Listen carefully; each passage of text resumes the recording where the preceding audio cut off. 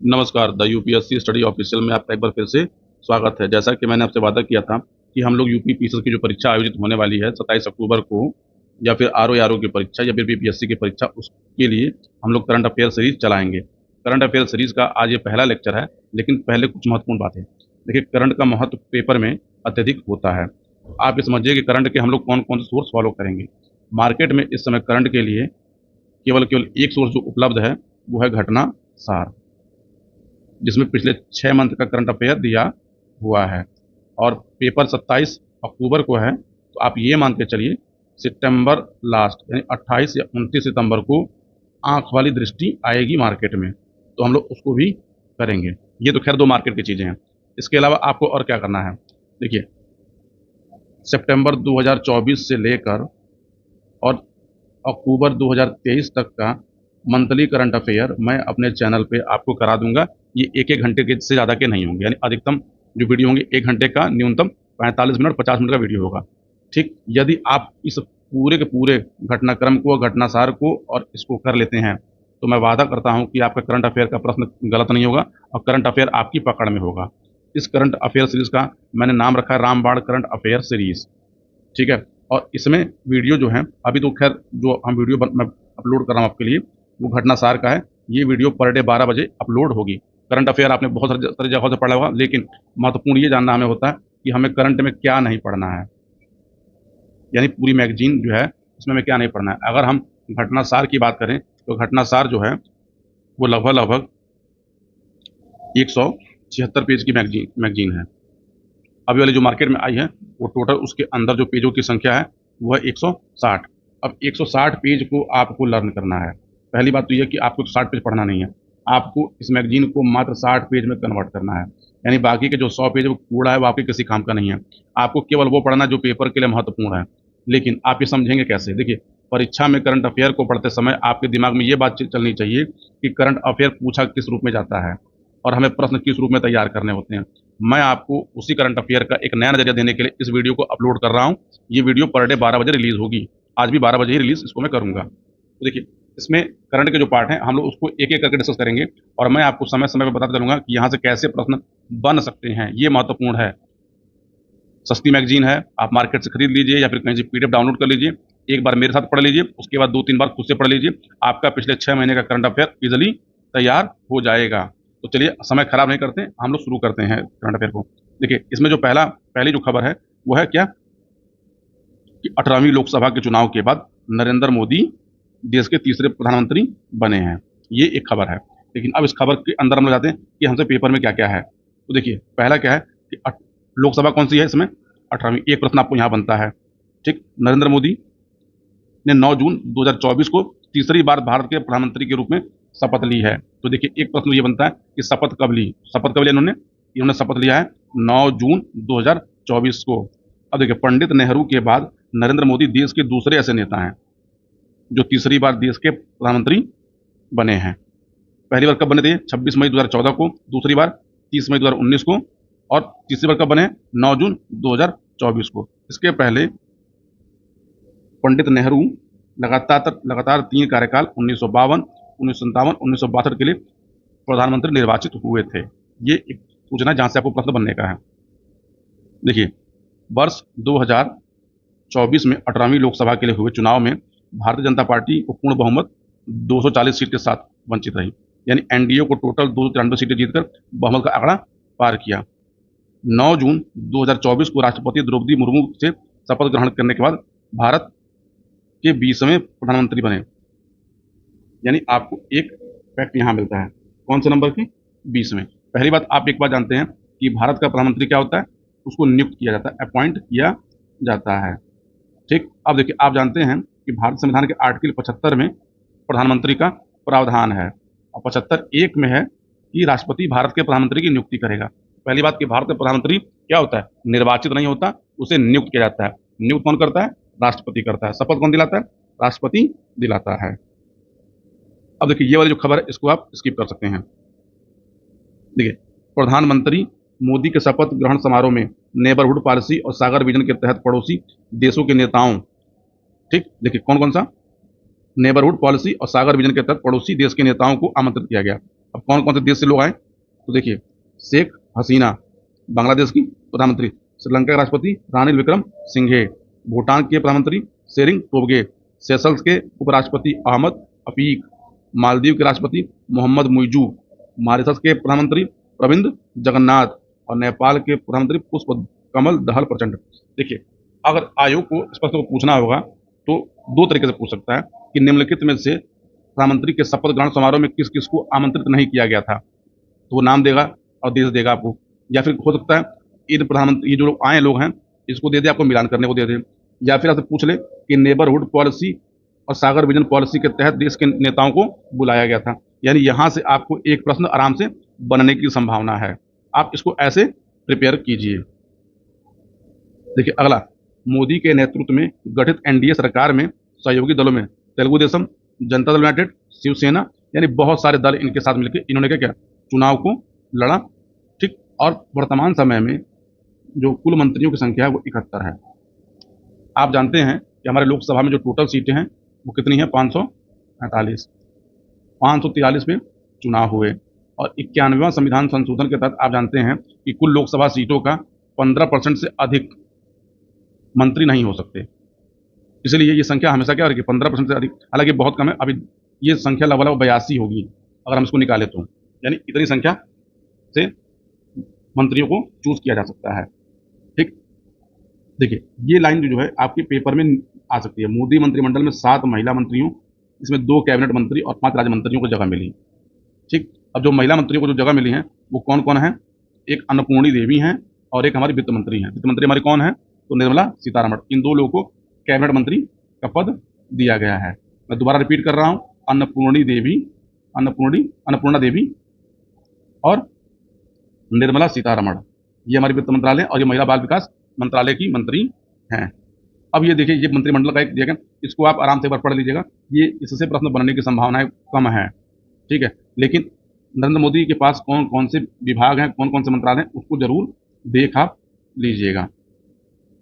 देखिए ये अन्नपूर्णा देवी, इनको क्या मिला है, महिला एवं बाल विकास मंत्रालय, और ये आपकी निर्मला सीतारमण। तो देखिए इनको क्या क्या मिला है, वित्त एवं कारपोरेट मामले, यानी इनके पास 2 मंत्रालय हैं, वित्त मंत्रालय और कारपोरेट मामले वाले हैं। ठीक, अब आते हैं हम अगले न्यूज़ पे। ये मंत्रियों के नाम है, आप एक बार इसको पढ़ सकते हैं। हालांकि यहाँ से प्रश्न बनने की संभावना बहुत कम है। अब हम लोग आते हैं 18वीं लोकसभा का चुनाव। देखिए यहाँ से प्रश्न बनेंगे। देखिए 18वीं लोकसभा के लिए 19 अप्रैल से 1 जून 2024 के बीच 7 चरणों में चुनाव आयोग द्वारा चुनाव कराए गए और 4 जून 2024 को मतगणना हुई। आपसे प्रश्न ये बन सकता है कि कुल कितने चरणों में चुनाव हुआ और पहला चरण कब था, अंतिम चरण कब था। या फिर आयोग ये भी कर सकता है कि आपको 7 चरण दे दे और कैश को मिलान करिए, और 4 जून को क्या हुई, तो 4 जून को हमारी मतगणना हुई। ठीक, अब ये सब जो चीजें हैं इसको आप काट दीजिए, ये आपको पढ़ने की जरूरत नहीं है। ठीक, ये भी आप काट दीजिए, इसको पढ़ने की जरूरत आपको नहीं है। सीधा आप आइए अगले पेज पे। हाँ, ये आपके काम का है। देखिए भारतीय जनता पार्टी को टोटल 240 सीटें मिली और उनके पूरे सहयोगियों को मिलाकर टोटल जो सीटें मिली हैं वो मिली हैं 293, यानी एनडीए गठबंधन को टोटल 293। और जो इंडिया ब्लॉक है, जिसको इंडिया गठबंधन के नाम से बोला जाता है, इसमें सबसे बड़ी पार्टी कौन सी है, कांग्रेस को मिला 99, समाजवादी पार्टी को 37 सीटें मिली हैं। और इन लोगों को जो टोटल सीटें मिली हैं वो है 234, और अन्य जो सीटें मिली हैं वो हैं 16। और इसमें जो सबसे बड़ी अन्य में है वो है वाईएसआर कांग्रेस पार्टी, जिसको 4 सीटें मिली हैं लोकसभा की। अब आते हैं हम लोग 18वीं लोकसभा चुनाव से जुड़े महत्वपूर्ण तथ्य। देखिए पहला क्या है, सूरत निर्वाचन क्षेत्र से भाजपा के मुकेश दलाल 18वीं लोकसभा हेतु निर्विरोध निर्वाचित हुए। ये खबर आपके काम की, इसको नोट कर लीजिएगा। उत्तर प्रदेश में कौशाम्बी निर्वाचन क्षेत्र निर्वाचित समाजवादी पार्टी के पुष्पेंद्र सरोज 18वीं लोकसभा में देश के सबसे युवा सांसद हैं। और इसके बाद नाम आता है वह है सांभवी, इनकी आयु 25 वर्ष 11 माह, ये बिहार के समस्तीपुर लोकसभा सीट से निर्वाचित हुई हैं। पुष्पेंद्र सरोज सपा पार्टी से संबंधित हैं और सांभवी जो हैं वो लोजपा से संबंधित हैं, यानी रामविलास पासवान वाली पार्टी से। इसके बाद देखिए भाजपा के शंकर लाल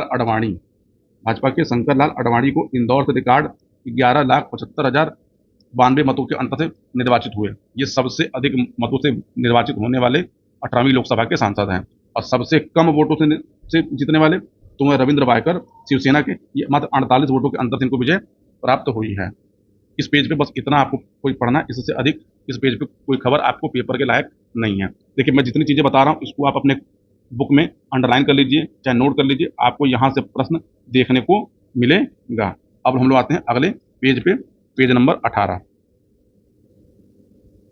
हाँ देखिए, अब यहाँ से जो काम की हमारी खबर है, 18वीं लोकसभा के लिए निर्वाचित 543 सांसदों में से 74 महिलाएं हैं। पहली बात याद रखिएगा कि कुल 543 सीटों पर ही क्या हुआ है, चुनाव हुआ है।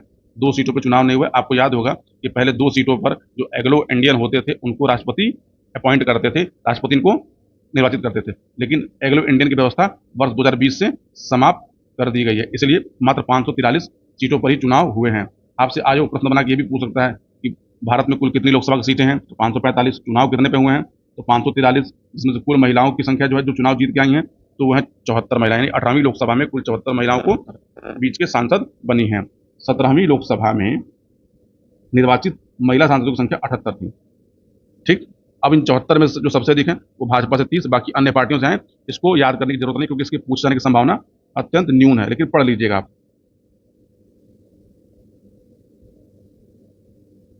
अब देखिए, मध्य प्रदेश में नोटा के लिए 2,18,674 मत इंदौर निर्वाचन क्षेत्र पड़े, जो इस मामले में एक रिकॉर्ड है।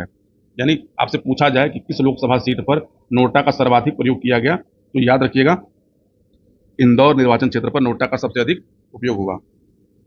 राहुल गांधी ने 2 सीटों पर चुनाव लड़ा, केरल के वायनाड सीट पे और उत्तर प्रदेश के रायबरेली सीट पे। इनको दोनों से विजय मिली है और ये रायबरेली से अपना इस्तीफा दे रहे हैं। यूपी का पेपर है तो याद रखिएगा, यूपी में सबसे बड़ी पार्टी बन के कौन उभरी है, तो समाजवादी पार्टी उभरी है। इसको 37 सीटों के साथ सबसे बड़ी पार्टी बन के उभरी है। ठीक, जबकि भाजपा को कुल 33 सीटें मिली हैं। इसको भी कथन बना के आपसे क्वेश्चन पूछा जाता है कि एक सही है, 2 सही है।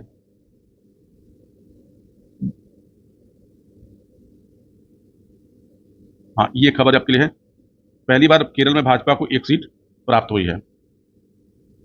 देखिए, तमिलनाडु, मिजोरम, मेघालय, मणिपुर, नागालैंड और सिक्किम में एनडीए को कोई सीट नहीं मिली है। सबसे टॉप का सवाल इस पेपर से बनने में, 18वीं लोकसभा का गठन कब किया गया, 24 जून 2024 को। और आप जानते हैं कि पहली लोकसभा का गठन कब किया गया था, तो 13 मई 1952 को किया गया था। ये याद रखिएगा। ठीक, अब इसमें से अगला हमारा जो प्रश्न बन सकता है वो है ये वाली खबर।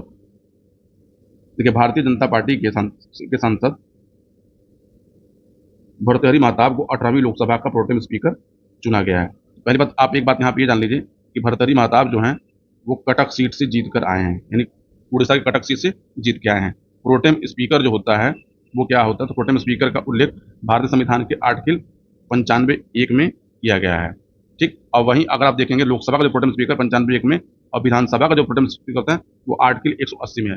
प्रोटेम स्पीकर क्या होता है कि नई जब लोकसभा जब गठित होती है तो होने से पहले किसी एक वरिष्ठ सांसद को राष्ट्रपति प्रोटेम स्पीकर नियुक्त करता है। इसका कार्य होता है कि नवनिर्वाचित सांसदों को शपथ दिलवाना और जब तक नया लोकसभा का अध्यक्ष चुन न दिया जाए तब तक लोकसभा को सुचारू रूप से चलाने का कार्य प्रोटेम स्पीकर का होता है। 18वीं लोकसभा के प्रोटेम स्पीकर कौन थे, भर्तृहरि महताब थे। ये कटक सीट से जीत कर आए हैं और प्रोटेम स्पीकर का उल्लेख आर्टिकल 95(1) में किया गया है लोकसभा के लिए। वही विधानसभा के लिए प्रोटेम स्पीकर 180 में इसका जिक्र है, यानी आर्टिकल नंबर 180 में। अब आते हैं अगले देखिए पॉइंट पे। देखिए, भारतीय जनता पार्टी के राजस्थान कोटा से लोकसभा सांसद ओम बिरला को एक बार फिर से 18वीं लोकसभा का अध्यक्ष निर्वाचित किया गया है। 17वीं लोकसभा के अध्यक्ष भी कौन थे, ओम बिरला ही थे। अब जानते हैं कि आर्टिकल 93 में लोकसभा के अध्यक्ष और उपाध्यक्ष का जिक्र किया गया है, यानी लोकसभा अपने चुने हुए सदस्यों में से एक अध्यक्ष और एक उपाध्यक्ष का चुनाव करेगी। लेकिन देखिए, आर्टिकल 93 लोकसभा के लिए, वही 178 नंबर आर्टिकल जो है वो किसके लिए, तो वो विधानसभा के स्पीकर और डिप्टी स्पीकर के लिए है। देखिए, लोकसभा के जो आम चुनाव थे उसके साथ जो है राज्यों में भी आम चुनाव किए गए। देखिए, आंध्र प्रदेश, उड़ीसा, अरुणाचल प्रदेश, सिक्किम में विधानसभा चुनाव के बाद नई सरकार गठन किया। यानी आपसे पूछा जाए तो लोकसभा के आम चुनाव के साथ 4 राज्यों में भी चुनाव कराए गए। ठीक, ये राज्य कौन कौन से थे, आंध्र प्रदेश, उड़ीसा, सिक्किम, अरुणाचल। मैं रिपीट इसलिए कर रहा हूँ ताकि सुन के आपको याद हो जाए। इन राज्यों में अरुणाचल प्रदेश में भाजपा को पहले से अधिक मजबूती मिली, यानी दोबारा यहाँ पे भाजपा की सत्ता काबिज हुई। उड़ीसा में बिजू जनता दल की हार हुई। बिजू जनता दल 24 साल से यहाँ पे शासन कर रही थी। सिक्किम में से 32 में से 31 सीटें जीतकर सिक्किम क्रांतिकारी मोर्चा ने विजय हासिल की। और वहीं आंध्र प्रदेश में सत्तारूढ़ वाईसीआर कांग्रेस पार्टी को हार हुई और टीडीपी ने एनडीए के नेतृत्व में सत्ता में वापसी की। चलिए अब एक एक राज्य करके बात हम लोग कर लेते हैं। देखिए, अरुणाचल में पेमा खांडू के नेतृत्व में नई सरकार का गठन किया गया। तो मुख्यमंत्री कौन बना? पेमा खांडू। अच्छा, आप जानते हैं कि आर्टिकल नंबर 164 में जिक्र किया गया है कि राज्य का एक मुख्यमंत्री होगा। ठीक, अरुणाचल में कुल कितनी सीटें हैं विधानसभा की? कुल 7 सीटें हैं। इसमें से केवल 50 सीटों के लिए ही मतदान कराया गया। क्यों कराया गया? क्योंकि देखिए, जो 10 उम्मीदवार थे वो निर्विरोध निर्वाचित हो गए थे। लेकिन निर्विरोध निर्वाचन का मतलब क्या होता है कि इनके खिलाफ कोई और कैंडिडेट खड़ा नहीं हुआ। जब एक किसी भी कॉन्स्टिट्यूंसी में, वो चाहे लोकसभा की हो चाहे विधानसभा की हो, अगर उसमें चुनाव लड़ने वाला केवल अगर एकल व्यक्ति होता है तो वहाँ चुनाव आयोजित नहीं होता। वहाँ पर उस व्यक्ति को, जो अकेला खड़ा होता है, उसको निर्विरोध सांसद या विधायक चुन लिया जाता है। अब देखिए, राज्य की 10वीं विधानसभा का कार्यकाल 2 जून 2024 तक ही था, इसलिए 2 जून को ही मतगणना कर 11वीं विधानसभा का गठन कर दिया गया।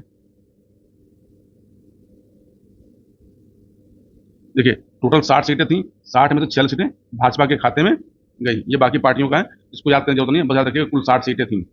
ठीक, इसमें पेमा खांडू को मुख्यमंत्री के रूप में तीसरी बार नियुक्त किया गया। ये गलत है, यहाँ पे उपराज्यपाल लिखा गया, जबकि राज्यपाल होगा। राज्यपाल कौन आपके? केटी पटनायक। तो केटी पटनायक ने उनको शपथ दिलाई। आप जानते हैं कि आर्टिकल 155 किससे संबंधित है? राज्यपाल से। राज्यपाल क्या करता है? मुख्यमंत्री की नियुक्ति करता है। मुख्यमंत्री भी याद रखिएगा निर्वाचित नहीं होता, मुख्यमंत्री राज्यपाल के द्वारा नियुक्त किया जाता है। राज्यपाल किसको करेगा? विधायक दल का जो नेता होगा उसको मुख्यमंत्री के रूप में वो नियुक्त करता है। ठीक, आर्टिकल नंबर 164 वो मुख्यमंत्री संबंधित है और आर्टिकल नंबर 155 राज्यपाल से संबंधित है। देखिए, मुख्यमंत्री पेमा खांडू के साथ 11 विधायकों ने मंत्री पद की शपथ ग्रहण की।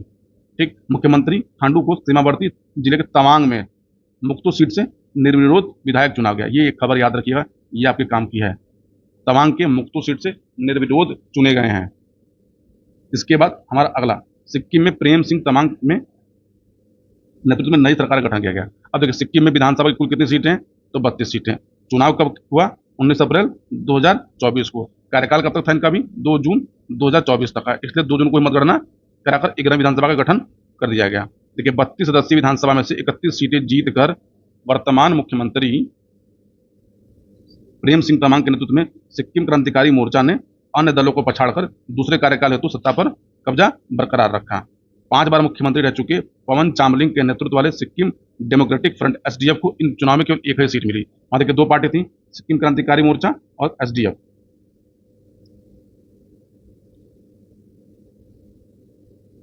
इसलिए प्रेम सिंह तमांग दूसरी बार राज्य के मुख्यमंत्री बने। अब देखिए, यहाँ के राज्यपाल कौन है? लक्ष्मण प्रसाद आचार्य ने इनको शपथ दिलाया। प्रेम सिंह तमांग ने रेनाक और सुरांग चांगकुक विधानसभा से जीत हासिल की, यानी ये कुल 2 विधानसभा से उन्होंने चुनाव लड़ा, इनको दोनों सीटों से जीत प्राप्त हुई है। अब आते हैं हम लोग आंध्र प्रदेश में। देखिए, आंध्र प्रदेश में चंद्रबाबू नायडू के नेतृत्व में नई सरकार का गठन। देखिए, आंध्र प्रदेश में कुल सीटों की संख्या 175। ठीक, मतदान कब कराया गया? 13 मई 2024 को, केवल एक चरण में संपन्न हुआ। ठीक, यहाँ पे आप जाने अब 135 सीटें इनको टोटल मिली। किसको? तेलुगु देशम को। और इनके गठबंधन किसके साथ था? गठबंधन था जनसेना पार्टी पवन कल्याण वाली और बीजेपी, यानी टोटल 164 सीटें मिली एनडीए गठबंधन कहां पर? तो आंध्रा में भी हुई। जगन मोहन रेड्डी की वायएसआर कांग्रेस पार्टी में से चुनाव में केवल 11 सीटें ही जीत पाई।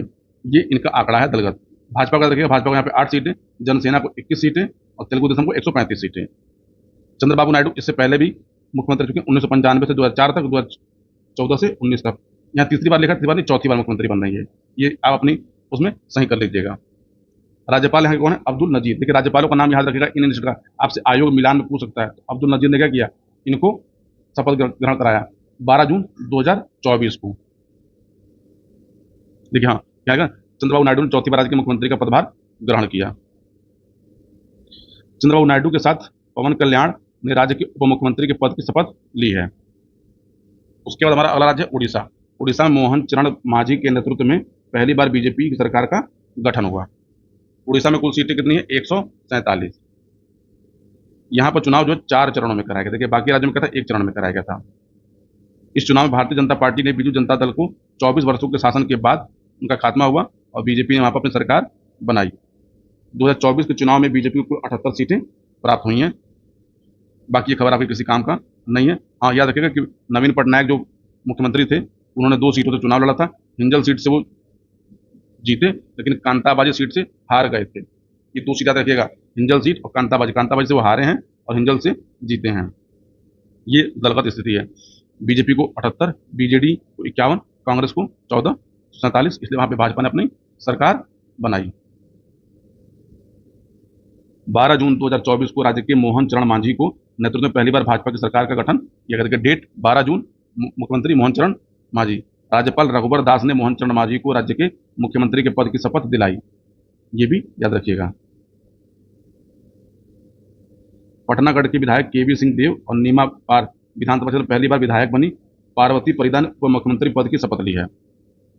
4 बार के विधायक मोहन चरण 15वें मुख्यमंत्री बने हैं। तो ये था विधानसभा चुनाव और लोकसभा चुनाव। इस वीडियो को हम लोग यहीं पे रोकते हैं। अगला वीडियो हमारा कल मिलते हैं 12 बजे। इस पे आप अपना कमेंट जरूर दीजिएगा और इस सीरीज को आप जरूर कर लीजिएगा। मैं इस सीरीज को अधिकतम 7 से 8 क्लास में खत्म करने का, नहीं 10 क्लास में खत्म करने का मैंने टारगेट रखा है।